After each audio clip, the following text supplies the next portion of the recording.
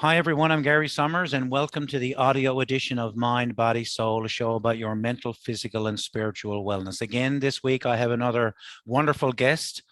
Kerri is a certified professional coach, Reiki master, teacher, meditation teacher, and entrepreneur.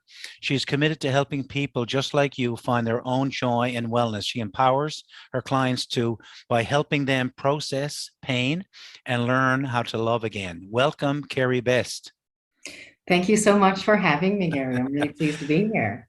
For listeners who don't know, Kerri and I go back a long ways. A very good friend of mine introduced me to Kerri, and she was on when I had my radio show, and now she's continuing on with this project to certainly lend her expertise and knowledge and life wisdom to this project. So, Kerri, just as an introduction, can you just briefly just give our listeners a summary of what they can expect to hear from me over the next 20 or 25 minutes or so?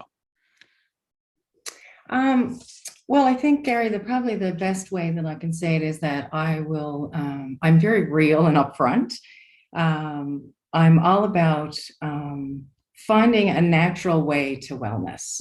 So ways to wellness is what I would probably call our talk today. There are many various forms to wellness, and of course, no one person has all of the answers for any other one person, and I'm no different in that. So for me, it's all about focusing on my skills and my talents on how I can actually apply that to help others in the best way possible, from a natural standpoint, from a holistic healing and health standpoint. So that's really kind of what I'm involved in and what I promote and what I provide services in the public arena. Okay, so and the very ending when I introduced you, it said and learn how to love again. And of course, the main thing that you're talking about here is loving yourself, right? Yes, it is. When you say to someone, learn to love yourself, they kind of look at you a little strange as if they don't Yeah. know how. And it's really interesting through my personal experience and through the coaching experience of coaching others that's probably the thing beyond breathing. It's probably the thing that we think we do well and we don't. Yeah. Yeah. So breathing is also another thing that we'll discuss at some point today. Sure. It's so important to health. Yeah. So let's start off, and I guess when you talk about being an intuitive coach, just explain what you mean by intuitive coaching. Okay, sure. So from coaching is often a form of counseling where you're helping others, find a way, it's either through pain or to achieve certain goals, or could be in loss. It's a professional that helps someone using the same principles and teachings of traditional coaching, such as goal setting and working on habits and beliefs and things like that. But the difference is that the intuitive side, coaches that are intuitive coaches help encourage you to connect with the deepest parts of yourself so that you're not always looking outside of yourself for the answers that you inherently have all along. It's about the laws of the universe and the key elements of that, indicating that, everything around us is energy. And then, that means as human beings, we're vibrating energy as well.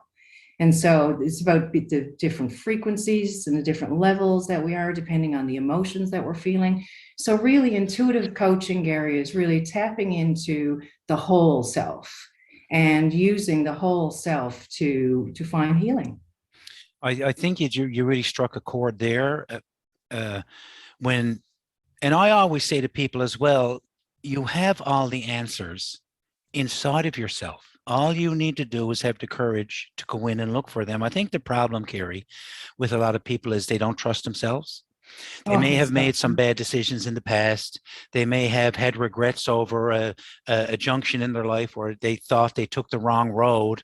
And then they feel that they don't have good judgment, they don't make good decisions, and then they're out constantly looking outward. And, when you have a thought or an idea, that's your subconscious mind saying to you, I trust you. I'm your best friend. So I'm telling you now, this is what you need to do. But if you don't trust yourself, you ask 10 people and everyone will give their own opinion.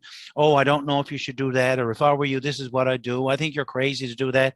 And then people don't do it, or they talk themselves out of it because the people who know you best is yourself. So that to me is probably the best advice you and anybody can give the people who are listening is learn to trust yourself, learn to go deep inside. Did Absolutely, you have Gary. anything else to add to that? Yeah, absolutely. You're totally accurate in that statement. And the other thing I'd like to note, Gary, there is that it's not always that we've made a mistake. You know, that's people look at mistakes as failures when those are the very things, they're just learning experiences.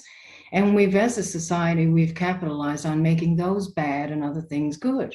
And that's part of the problem because sometimes it isn't about having made a mistake or having guilt or shame. Sometimes it's about programming that, you know, you probably as a kid were not told that you had the opportunity or the ability to do different things. So sometimes it's not altogether the mistakes that we make in life.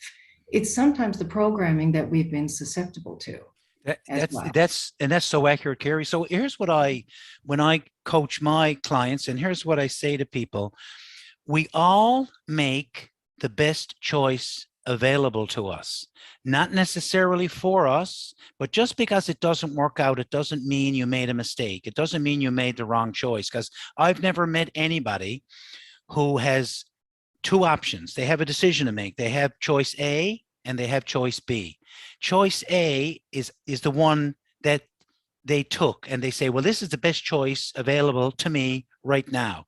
No one would go, well, I'm going to take choice B just to see what happens. Nobody Mhm. does that. So what I say to people is just because you made a choice and it didn't work out for you, it doesn't mean it was the wrong choice. It just means whatever the reason was, the circumstances were right. And when people look back and say, well, at this point in my life, 10 years ago, if I had made a different choice, my life would have been totally different. Well, if you had that information back then, don't you think you would have made a different decision back then? That's But you right. make the right decision based on the information that you had. That's why I say to people, regrets are really not doing you any good. They're focusing on the problem. And what you need to do is to focus on the solution. So here's the best advice I give to people. If you make a choice and it doesn't work out, don't beat yourself up over it. Don't say you made the wrong choice. Just figure out what you learned from it so that the next time you're faced with something similar, you will think about it differently. Absolutely. And Gary, sometimes the no's we get when we try something, because essentially, you know, you're looking for a yes. And so if we try something and we get a no in whatever form that comes up in, that could be a no, that's not for you, or it could be just no, not at this time. And Sometimes it's not a definitive no, that it's not for you, that it's just a matter of all the things are not in alignment in the universe for you to proceed in a successful fashion that way. And if you take that even a step further, you know, you may be having some health issues and you go to a doctor and the doctor says, there's nothing else I can do for you. Mhm. That's all that he can't do for you. But Right. that doesn't mean that there's nobody else in the universe that can't help you. So, you know, we only know what we know. We don't know what we don't know. That's right. And that's That's why right. persistence and grit. And I've always said to people, you know, there's an answer to every solution. You just got to keep looking until you find it. So, Kerri, Reiki healing, that's another specialty of yours. It is. So Reiki healing is a Japanese healing art. It's a form of healing energy. It's like an energy medicine, Gary, that aims to help the flow of energy around the body, in and around the body, and remove blocks, similar to a way that acupuncture or acupressure would. Reiki actually stands for universal life energy. So it just helps people. Practitioners use it to improve the flow of energy around the body. That it helps with relaxation, helps relieve pain, it expedites healing, it reduces other symptoms of illness. It's very, very much an aid for relaxation and to help the body's natural healing processes. Um, and of course, it's all about developing emotional, mental, and spiritual well-being. Bruce Lipton says, and he wrote the Mhm. book, The Biology of Belief, You and did. he says we're all photons floating in an electrical field. And if Mhm. you and I keep saying this, you know, if you don't feel right, act on your feelings. Absolutely. because if you don't feel right, there's something that's not in balance. It could be the direction you are going in life. It could be the people you're hanging around with.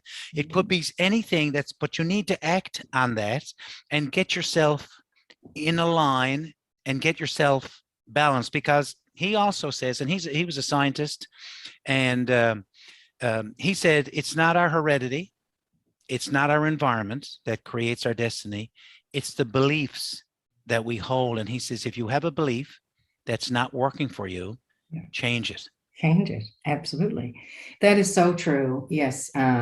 Bruce Lipton is, I'm an avid follower of him and Greg Braden and a few more. It's so true, Gary. People are, I don't want to say unwilling to look at the other things that life is about. You know, like we all go through the cycles of life and death. We go through life as if, you know, it's seemingly as if, you know, we're here to do our work 9 to 5 and have families and you know, do the trudge and until you die. And there's so much more to life, so many things, so many ways, so many opportunities that we're not even aware of yet. And So much to so, explore. sorry, go ahead. And Kerri, that's the whole idea of these interviews, to interview people like yourself who will introduce listeners to a whole new realm of healing. You talked about people being, I don't know if, and I agree, they're not unwilling. I think they've basically have said they've lived so long in this disease, dis-ease, that Yes. they just accept it. That they say, this is it, this is what life has given me, and I guess I'm going to have to live with this for the rest of my life, and they basically give up. And that's where it's so unfortunate, Gary, you Yeah. know, because even in my own experience, it's so easy to get stuck and lost in our thoughts and get lost in that being our actual reality, when we can reach for a different thought, then we can change our reality. It's like Wayne Dyer says, when you change the way you look at things, the things you look at change. Absolutely. So, you know, I can speak to the point of my own self when it comes to health and being in tune with your own body. We all know our own bodies, just like we can, you know, we reference older people when they're about to die, that somehow they have an inherent knowingness that's coming, you know, because I was misdiagnosed with breast cancer. Mm-hmm. And I just knew something was not right. And all the tests and the mammograms and different things like that, and the surgeons and the doctors that I saw, and then they told me, no, it was nothing to worry about. And I pushed and pushed and pushed until it was found out that it was, in fact, something very serious to worry about. So I can speak from my own experience in knowing that, you know, sometimes we just want to believe what others tell us. Sometimes it's the easiest way, but it's not always the right way for us. And if you had just taken that and accepted it as faith, then things I may could have, not be here today, well, quite frankly. I wasn't going to say it, but That's true. you Let's know, be but real. yes, Let's exactly. be honest about it. That's the truth Yeah. of it. So I guess um, I heard a great quote. William Shakespeare said, "There's nothing good or bad, Mhm. but thinking makes it so." Oh, And I was talking to a group of teachers a number of years ago, and because I say, you know, I don't like cliches, and people will say, oh, this is the end of the world, or this is the worst thing that could happen. And, you know, when we create those catastrophes in our head, your mhm. brain doesn't know the difference between what happens inside of it and what happens outside of this. So when you create that catastrophe in your head, your body reacts by releasing cortisol and the stress, all that stress, and your body reacts as if it's actually really happening to you. So Absolutely. we have to kind of step back, and like you said earlier, is to, you know, learn to breathe, learn to start to sit back and really take control. So I was talking to these bunch of teachers, and I said, you know, we're going to have 30 centimeters of snow tomorrow. That's the worst thing in the world. And the teacher said, no, it's not, as a snow day. So, you know, Perspective, one Gary, person could look at this perspective. as being really bad. Somebody else could look at it as going, oh, we got a day's holiday tomorrow. So it depends on how you view it, you know, and that's the whole concept of being able to step back and try to figure out it. I heard another great quote. It said, you know, if you can't find joy in snow, You'll have just as much snow, only less joy. And Absolutely. everything can be a gift if we figure out how to manage our emotions and how to learn how to cope and how to be able to do those things to get through some of the things that, because life will never always be fair, will it? No, it's learning how to receive the gift and how to accept the gift. We're often great at giving and not always good at receiving, and we need the balance. That's what life's all about, is that balance. You made a comment when we had spoken a while ago, and it really sparked my curiosity. And you talked about communication clearing. Hmm. Do you want to expound on that? Yeah, sure. So, communication clearing is a process. Some would know it as dyading, and what some know it as mind clearing. And that's something that I offer in my company because sometimes we just need to process. It's not that one person was wrong and one person was right in a relationship, but sometimes there's energy and there's emotions that need to be processed. And part of the dis-ease of the body, Gary, is caused by stuck and stored emotions. And so when it comes to, for instance, if you had a relationship, you have a couple, and they've been going through some ups and downs and upheavals, whether that be through external circumstances or something within the relationship. And so one person is really great at communicating, and one person is not so great at communicating. Mm-hmm. They seem like they need more time to process their thoughts. They don't get their feelings out. They can't kind of even vocalize their feelings. And so that means then that the person who can vocalize gets all their thoughts and out Mm-hmm. immediately. Mm-hmm. And the other person is either just taking it all in and just trying to make it go away really fast, to which their self, their own highest self, is not being adhered to. Is like that little child that lives within us that we don't pay attention to. Mm-hmm. Yeah. And we just tell her or him that no, that's not important today. And then we wonder why we've done, why we're sick, why we've got this disease or this illness, or why we're not feeling particularly great for a period of time. And so what happens is that energy gets stuck. And so I think for me, it's about the wholeness of understanding that, yes, I can help coach you on going forward. Yes, I can help heal you from an energetic body type of healing. The other thing is about getting inside, because I'm big on root cause, Gary, and healing from within. I'm big that the Band-Aid effect that our whole society has become far too reliant on, in my personal opinion, it doesn't work. That's all it is a Band-Aid. And when everybody their Band-Aids start coming off, it's going to be tough for a lot of people. Because when you refuse to look at the pain, when you refuse to deal with the hurt, the pain, any of the emotions that come, strong emotions, because we generally don't stuff and store joy per se, like that doesn't affect us negatively. So we're talking about the negative storage of pain. Yeah. And so communication clearing is a form of communication that allows clients to release the pain that they're storing. It allows them to communicate their truth, and it doesn't have to be directly to that person. That's one of the key points is really important to note here, that in this type of a communication, for instance, if someone had hurt somebody in your family and you were really angry with that person for, let's say, hurting your child, okay?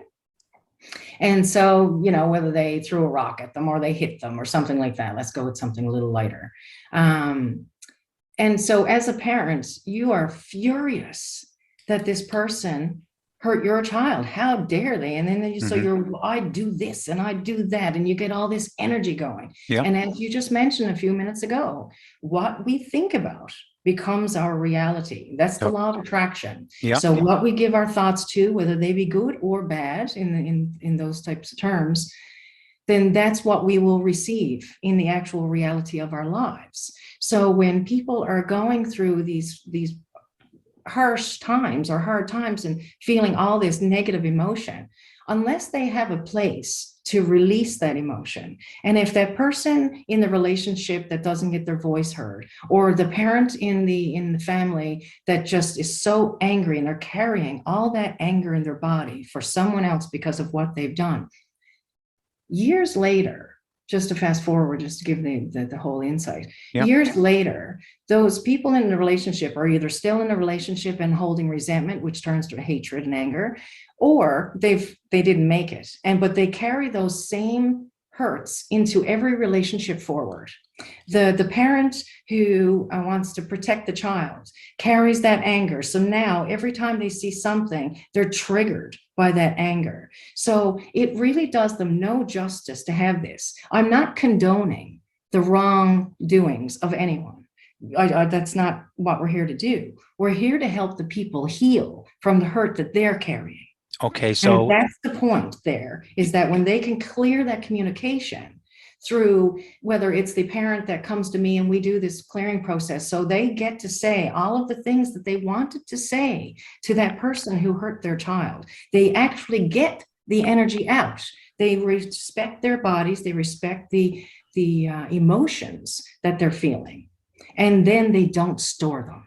So there's a couple of points that I want to emphasize with exactly what you're saying. So the first thing is we need to understand how to constructively express our feelings. People are way too destructive when they express their feelings. So we need to be constructive about expressing our feelings, because as you said, Maté, the author Maté, wrote a book called When the Body Says No. And in it, he talks about when we repress our feelings, that leads to anger, resentment, hatred, and that leads to physical disease. So we need to learn to constructively express our feelings. The second thing is people need to stop talking about topics and start talking about issues. And topics, I mean, is someone leaves a plate and then you get really, really upset because the person left the plate. The plate has nothing to do with the underlying issue of maybe something happened that they just can't express their feelings about what happened, so they deal with it in a roundabout way instead of actually dealing with the issue. So there's a couple of things I'd like to leave before we move on to the next topic. We don't need to, it's much better if we all went by this rule. My rules for me, your rules for you. My rules for me, my rules for you never work. So we have to figure out a way of how we can communicate better. Some Indian group, I don't know who they were, they used to have a talking stick. Yes. And the only way you could speak is if you were holding that stick. So if you weren't holding the stick, you didn't speak, you listened. So, and the other point with all of this is it would be so nice if we adopted the attitude of listening to understand instead of listening to respond. Most of us don't know how to listen. Our idea of listening is what we're doing while we're waiting to give our point of view. So those are just the other things that I would add to that information that you had just given, which are great communication tips on how to fix relationships and how to get to root causes so that you clear all this stuff and get it out on the table. That's right. Yeah. Listening is an art for sure. I have to agree with that. Now, the next thing we had, and we know we had talked about a lot of stuff. The other thing that tweaks my memory is emotional freedom technique, tapping. Yes. And people disregard this. However, just talk to people about what it is, because I know that the studies and research have shown that this has been great for people with PTSD. Oh my gosh, yes. So just talk about tapping and what emotional freedom technique actually really is.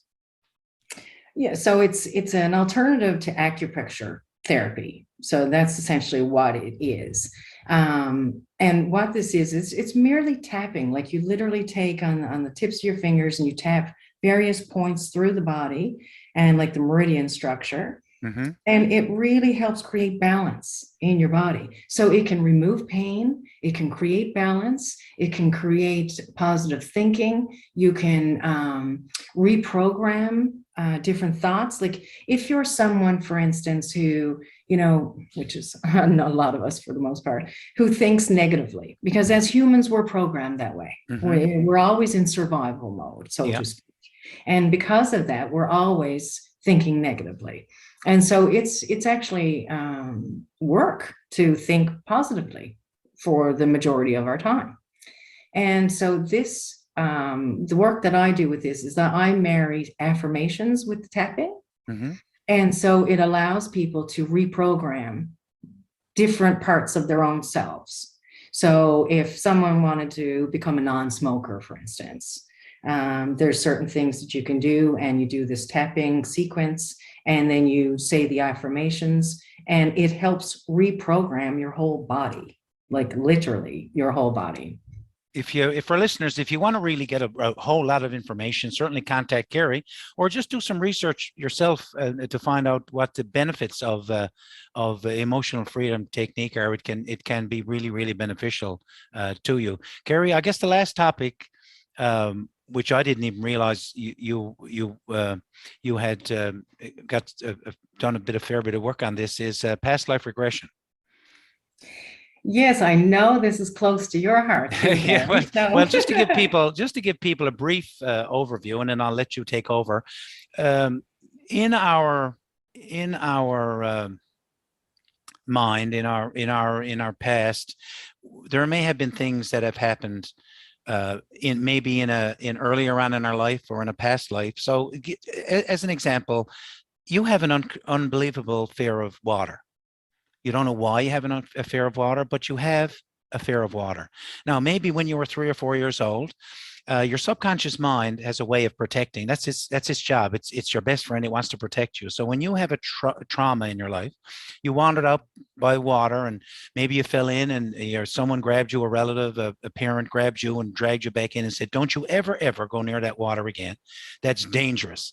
It is dangerous. You could really get hurt." So your subconscious mind doesn't understand logical thinking. It just deals with emotions. So your subconscious mind says, well, okay, I'll make sure that she won't get near water again. I'll give her a fear of water.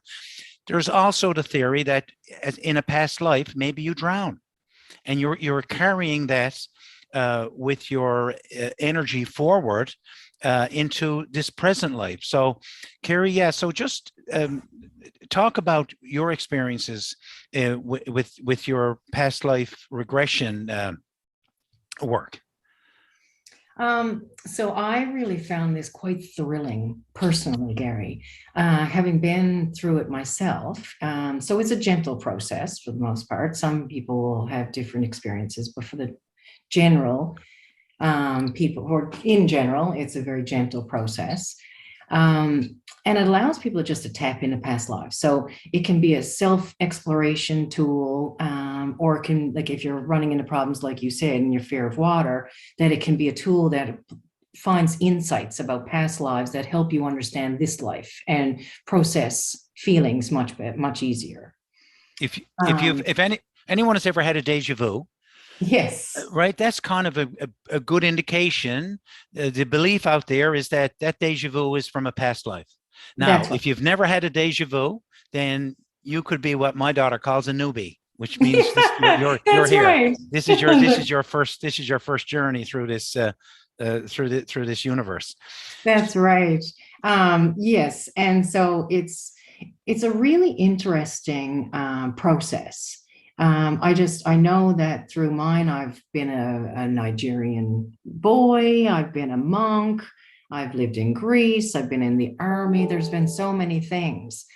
And to watch my clients go through multiple lives in a session, it's really interesting to see what they come out with.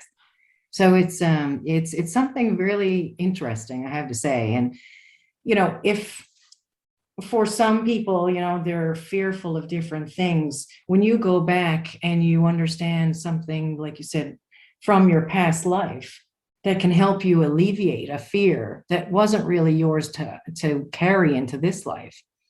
But I guess one of the things I'd have to caveat all of that is that you'd have to have a belief that there's multiple lives. So that's the thing with that, is that for the most part, well, for me personally, I believe in multiple lives. I believe in reincarnation.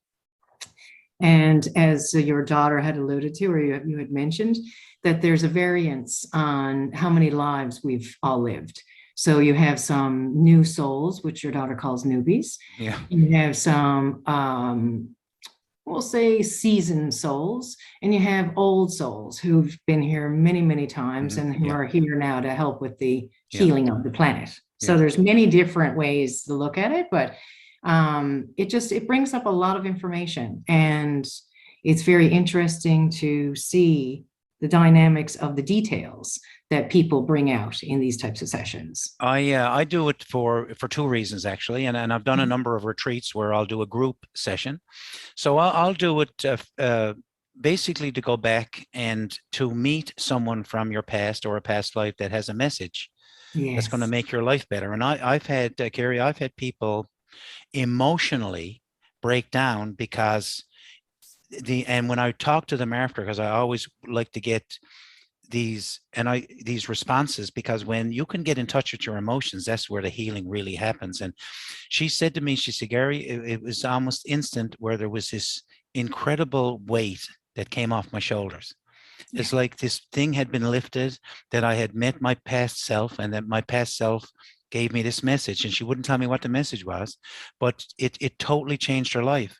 Now that's the kind of the curiosity side, where you go back and there's no real um, uh, uh, um, thing that you want to kind of get at, whether it was a fear of water, a fear of flying, or whatever, just a general curiosity. But then the other thing could be very specific, where we go back and uncover what we call the ISE, or the initial sensitizing event that caused the problem in the first place. So the theory is that if you can go back and to look at the initial sensitizing event, and because back then you looked at it as a child, and now if you can look at it as an adult, then that totally changes your perception of your belief in that event, and that there really is no reason for you to have a fear of water. There's no reason for you to have a fear of heights or a fear of flying or anything like that. And that kind of really removes that phobia or fear that people have carried with them their whole lives. Absolutely. It's majorly impacting. And of course, Gary, we can talk about all these things, but there's one key point that we should mention, that fear is just false evidence appearing real. Well, we were born with two fears, Right? actually. So, Yeah, we were born with two fears: the fear of falling and the yes, fear of loud noises. That's it.